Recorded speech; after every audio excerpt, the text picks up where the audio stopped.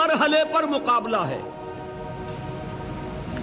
آپ صرف اللہ کا بندہ بننا چاہتے ہیں, 3 مقابلے کرنے پڑیں گے. سب سے پہلے کس سے مقابلہ کرنا ہوگا؟ اپنے نفس سے. وہ جو کل شعر سنایا تھا کہ مسجد تو بنا دی شب بھر میں ایمان کی حرارت والوں نے, من اپنا پرانا پاپی ہے برسوں میں نمازی بن نہ سکا. کوئی شخص رشوت پیش کر رہا ہے, حرام شے ہے, نفس کیا کہتا ہے؟ لے لو. کہتا ہے کہ نہیں؟ اور بڑی پٹیاں پڑھاتا ہے کہ یہ سارا تقویٰ کا حیضہ تمہیں ہو گیا ہے, فلاں حاجی ہے, فلاں وہ ہے, وہ بھی لیتا ہے. اور فلاں ضرورت رکی پڑی ہے, بچے کی فیس نہیں گئی ہے, بیوی کو اتنا عرصہ ہو گیا ساڑی کی فرمائش کرتے ہوئے ساڑی نہیں خریدی گئی ہے. یہ ساری پٹی پڑھائے گا نفس کے نہیں. اب اگر آپ مقابلہ کر سکتے ہیں نفس کا تو بچیں گے, مقابلہ نہیں کر سکتے مار کھا جائیں. یہی ہوگا کہ نہیں؟ اذان کا وقت آ گیا, اذان سن لی آپ نے, لیکن پھر نفس نے کہا ابھی اور سو. آپ نے کروٹ لی اور کپڑا خوب ٹھیک کیا اور غین ہو گئے. اگر آپ اس نفس کے تقاضے کو اس وقت رد کر سکتے, طاقت آپ میں اتنی ہوتی, تو آپ کھڑے ہوتے مسجد کی طرف جاتے. گویا کہ بندگی رب کے لیے سب سے پہلا جہاد کس سے کرنا ہوگا؟ نفس.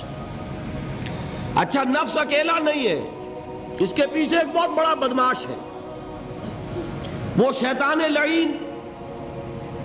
وہ اسے اکساتا رہتا ہے, پھونکے مارتا ہے. الذی یوسوس فی صدور الناس, اشتعال پیدا کرتا ہے, پٹیاں پڑھاتا ہے, برائی کو مزین کرتا ہے, بے حیائی کو فیشن کا نام دیتا ہے, ناچ گانے کو وہ کلچر کا نام دیتا ہے. یہ سارا کچھ کر رہا ہے. تو اگر شیطان سے مقابلہ نہیں کر سکیں گے تو اللہ کی بندگی کر سکیں گے؟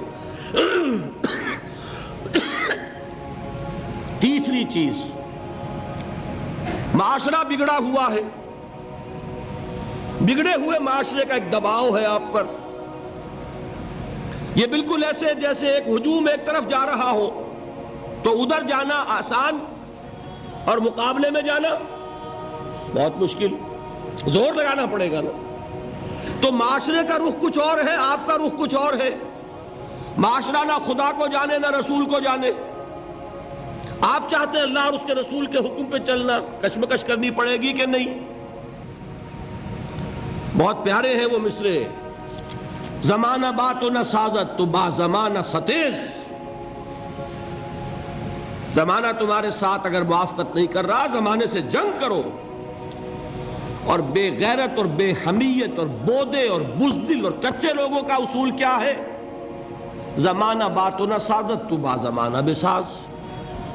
زمانہ تمہارے ساتھ موافقت نہیں کرتا, بھائی تم زمانے کے رنگ میں رنگے جاؤ. آسان راستہ کون سا ہے؟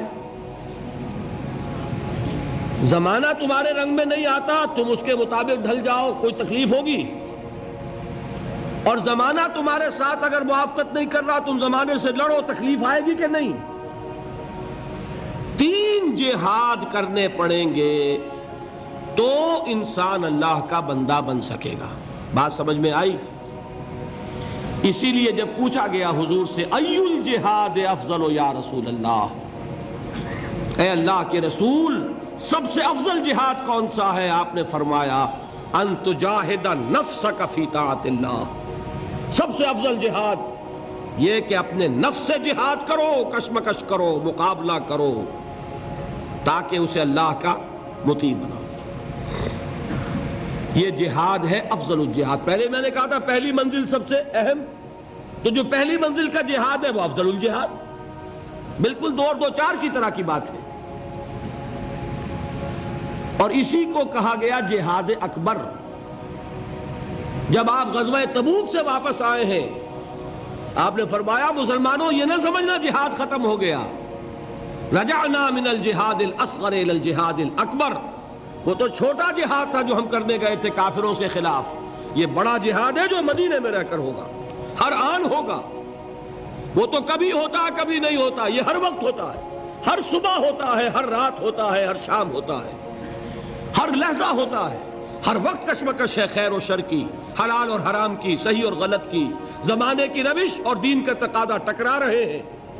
آپ اگر اس راستے پر پہلا قدم رکھیں ایک عزم کے ساتھ تو ہوش ٹھکانے آ جائیں گے، دن میں تارے نظر آئیں گے، 14 طبق روشن ہو جائیں گے کہ دین کا نام لینا آسان ہے، چلنا بہت مشکل ہے۔ چمی گویم مسلمانم بے لرزم کہ دانم مشکلات لا الہ